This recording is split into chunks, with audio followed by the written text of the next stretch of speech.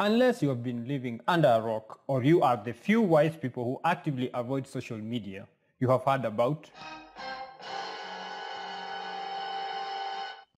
Don't worry, that is exactly what we, meaning you and I, are going to try and find out together. Before we embark on an epic journey, go down the rabbit hole and cruise the 7 seas of the modern and the bonkers, subscribe to the channel.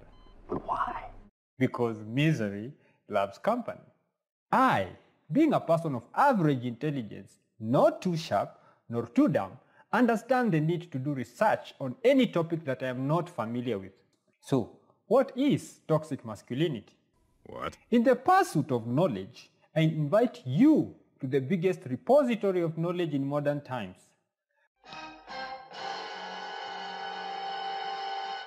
In my quest to find out what the experts say about toxic masculinity, I went to the most popular space where all modern day experts congregate. TikTok. Hi, Benji here, and this is what toxic masculinity is and why we should challenge it. Toxic masculinity describes the societal pressures men face to conform to norms that are considered manly. These include being physically tough, holding social and financial power, and rejecting stereotypically feminine traits like showing emotion. Oh, really? Sorry. What? Societal pressure which conform to norms that are considered manly, which include being physically tough, holding social and financial power, and rejecting feminine traits like emotions. Come on, man. Holy shit! The only thing he did not include on that is having a dick. But I'm sure if he was given enough time and he did not have one, which is an assumption on my part I concede. Get out of here right now. The way he is talking should be included there because I feel absolutely harmed just by watching you talk. It was a fucking joke, you cunts! Don't take it too personally. Why so serious?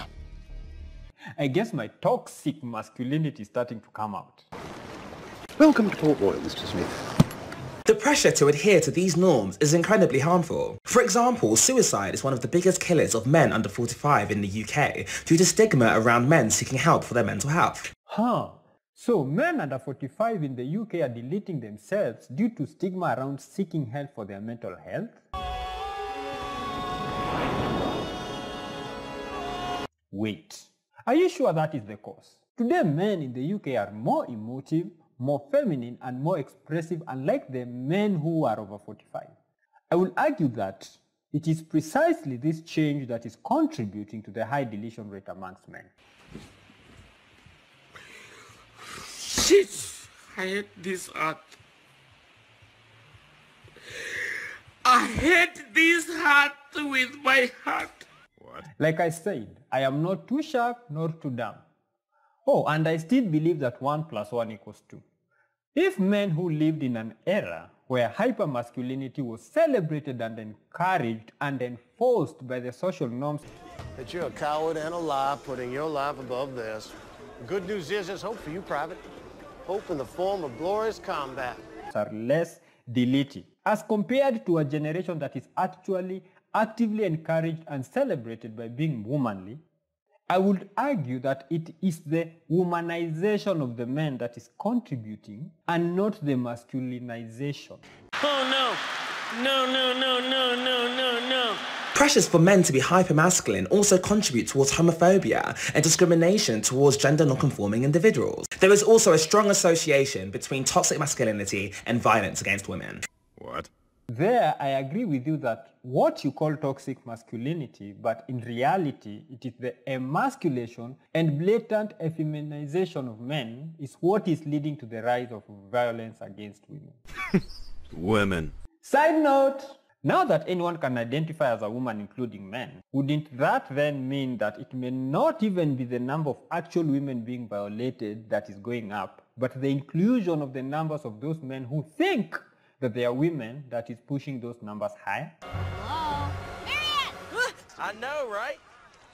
Today, I identify as a researcher and being right, so believe me.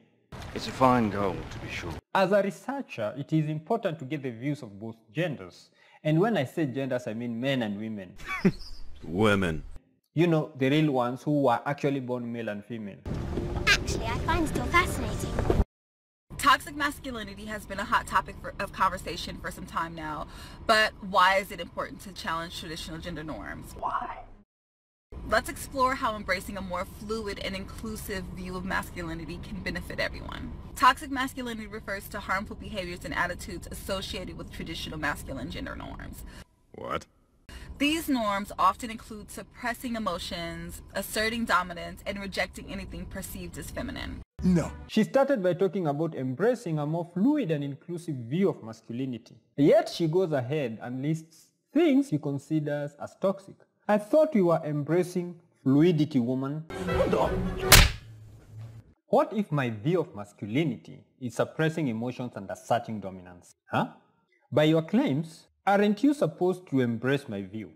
Well played, sir. I think what you meant to say is embrace anything I tell you, and all things you believe in are toxic. The result can be dangerous for both men and women, contributing to issues like aggression, violence, and a lack of emotional intelligence. Think again, Miss Swan. Now, let us look at this. Toxic masculinity contributed to aggression, violence, and a lack of emotional intelligence. So evil.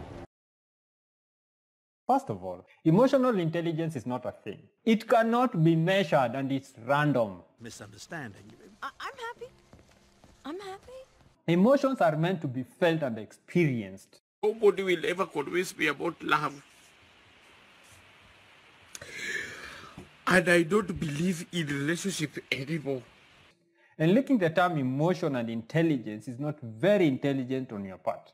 I just had to say that, I'm sorry. I'm terribly sorry, I didn't know. If I see one, I shall inform you immediately. Moving on, let us talk about aggression and violence. Now, if someone violently attacks you as a woman when you are with your man, what will be your expectation of your man regarding that situation? Do you expect your man to run away? Do you expect your man to talk to the other man as he is raining blow after blow on your face? No. Or do you expect your man to defend you with any means necessary, including acts of violence?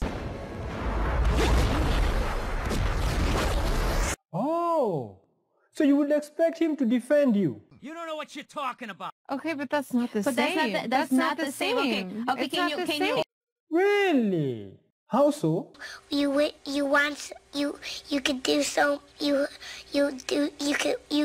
want. I am starting to suspect that toxic masculinity is a totally made-up term like... Gotcha, bitch! Go ahead, woman. Tell us more. Challenging these norms, however, can create a more inclusive and accepting society. It can give men the freedom to express themselves fully without fear of being judged or ostracized. It can also help break down gender barriers and allow for more fluidity in personal relationships. No. Now, why would we not want to judge men? Better yet, why would men not want to be judged? In fact, why would we not want to judge anyone? All right, I confess. Oh, you want more fluidity in personal relationships? Fluidity in personal relationships. Let us forget for a minute about men and their toxic masculinity. How many women today, apart from those whose culture direct it, pay groom price? So how many women propose to men and buy an expensive engagement ring? I'm possibly more or less not definitely rejecting the idea. Huh? I don't know. Okay. How many women take out their men multiple times and pay every time? It wouldn't be inaccurate to assume that I couldn't exactly not say that is or isn't almost partially incorrect. How many? So you want fluidity from one side of the gender spectrum. Okay, riddle me this. How come the term good men finish last is still valid today when all these fluid concepts are being embraced more and being pushed more? Why? You could do so. You want. Hold on. Are you sure that that is what women want? It is really hard to find a man who is willing to play the more traditional masculine role in the relationship in today's day and age. Women. That liberal woman just proved my point. Women want men to do the manly things that benefit women, like pay for dates and put their lives on the line, while letting the women do what they want. In other words, women want men to be women with. Must be nice. By embracing a more fluid and inclusive view of masculinity, we can create a world where people can be themselves without judgment or limitations. We can foster deeper connections and understanding between people of all genders and empower men to fully express themselves. Join the conversation and help break down toxic masculinity by sharing your own experience or insights. Never! This by far is the dumbest takes I have seen about modern society. We heard the man tell us that men are deleting themselves more because they are expected to be manly. So evil. Hello? Do you know that women attempt self-deletion at a 1.7% higher rate than men? Yet they emote more and are more expressive than men. Followed by this woman telling men that they need to be more fluid in the expression of gender. No aggression and no violence. However, looking at the real world, still being expected to be protectors and pay for shit. That's gotta hurt. Only idiots believe that shit. The only question that I am left to ask is, Are you stupid or something? that is all I had to say on this one. Subscribe to the channel and